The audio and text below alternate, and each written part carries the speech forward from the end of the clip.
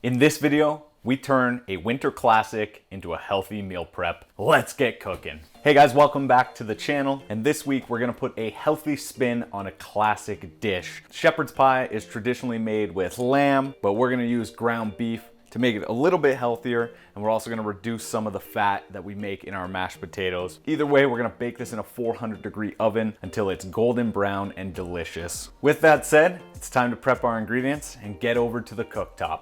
First thing we're gonna start with is our potatoes. I like a more rustic potato, so I'm gonna leave the skin on and then cut these into about 1-inch cubes and get them into a pot of water. Go ahead and fill up your pot, covering the potatoes fully with water. Pop a lid on top. Then we're gonna get these boiling. Once they start boiling, we're gonna let them cook for 10 to 15 minutes or until they're fork tender.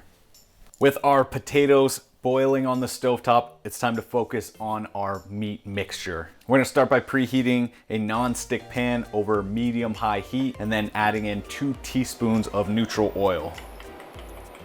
Once our oil is nice and hot, we're gonna add in our diced onion. And we're gonna cook these down for 5 to 6 minutes until they have become translucent and have taken on just a little bit of color. And once our onions start to become translucent, it's time to add in our pound of ground beef. This is extra lean ground beef, and we're just gonna break this apart and let this cook through another 6 to 8 minutes. All right, once your beef is cooked through and there's no more pink remaining, it's time to start formulating our gravy. We're gonna start with about a tablespoon of Worcestershire sauce. I think I got it right that time. Give that a couple of good glugs. Give it a little mix in. And then we're gonna add in a tablespoon of gluten-free flour and about a tablespoon of our tomato paste. This is just gonna add a nice depth. It's also gonna help thicken up our gravy as we start to make it inside the pan. Give this a good stir until no more tomato paste clumps are seen and our flour starts to brown on the meat. I'm gonna get everything nicely coated here. Then we're gonna add in our half a cup of broth and our 1 cup of frozen peas and carrots. I couldn't find frozen carrots, so I just went ahead and cut them myself. Don't be afraid of using frozen vegetables. They freeze them at their peak freshness, so you get the best quality vegetable out there. Give this a stir, bring it up to a boil, and then we're just gonna let it simmer for 4 to 5 minutes until that gravy starts to formulate and starts to thicken up inside of our pan. 5 minutes up, this gravy is starting to thicken up real nice. It looks so good. Last thing we have to do is give it a little taste for seasoning. Still really hot. And give it seasoning to your preference. That's delicious. Let's let this sit aside and deal with our potatoes. Our potatoes are finished cooking. I went ahead and drained them off, put them back in the pot, and we're just gonna add in some fat to help flavor these up. So we're gonna start with 2 tablespoons of grass-fed butter. And we're also gonna add in half a cup of full-fat Greek yogurt. As you know, usually I'm all about the fat-free Greek yogurt, but the fat is essential to make a good mashed potato. And if you wanna make them healthy and creamy, you gotta go with the full-fat Greek yogurt here. Normally we'd add a bunch of salt before we go ahead and mash these, but let's mash them up first. I'm gonna show you the secret ingredient I'm gonna put in here to make these incredible. Like I said before, I like my potatoes a little more rustic, so I left the skin on and I'm gonna leave a few big clumps in there. I don't want this to be a smooth, finished product. And the secret ingredient to delicious mashed potatoes is this Parmesan cheese. We're gonna grate in about a 1/4 cup. Just give this a little stir until that Parmesan cheese is all melted in there, and then we're ready to assemble our shepherd's pie. As always, a little taste test. Great Parmesan flavor, just needs a little pinch of kosher salt.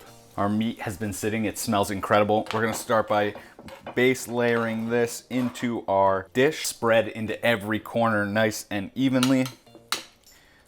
And then we're just gonna spoon on and top this with our mashed potatoes. Get this spread out nice and evenly. If you wanted to, you could put this in a piping bag and make this look professional, but shepherd's pie to me is a really rustic dish, and I want to keep that feel when I'm baking this. And just to protect this from any spillage in our oven, we're just gonna pop it on a rimmed baking sheet. Throw this in our 400-degree oven for 20 to 25 minutes until the top gets nice and golden brown. Just keep an eye on it because you don't want it to burn. Oh, that's hot. All right, we've let this cool for about 10 minutes now. I'm just gonna cut a piece out and get it plated up.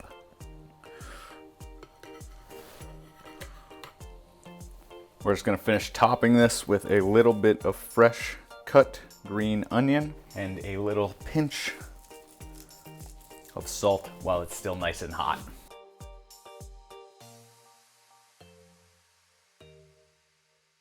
Let's go ahead and give this a taste test. Nice crunchiness on the potatoes. That gravy smells incredible. Cheers.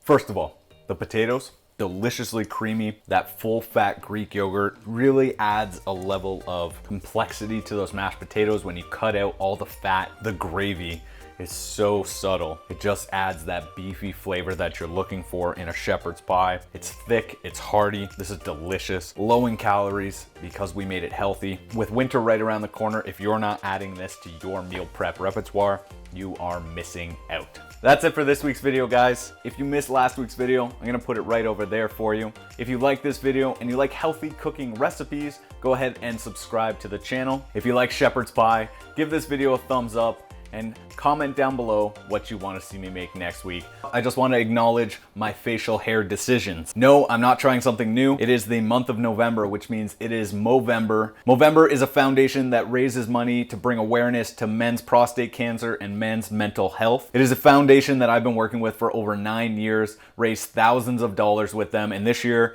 we have a very lofty goal of raising $1,250. Link is in the description down below if you can make a small donation. Any donation is greatly appreciated and it goes to a great cause. Until next time, get cooking.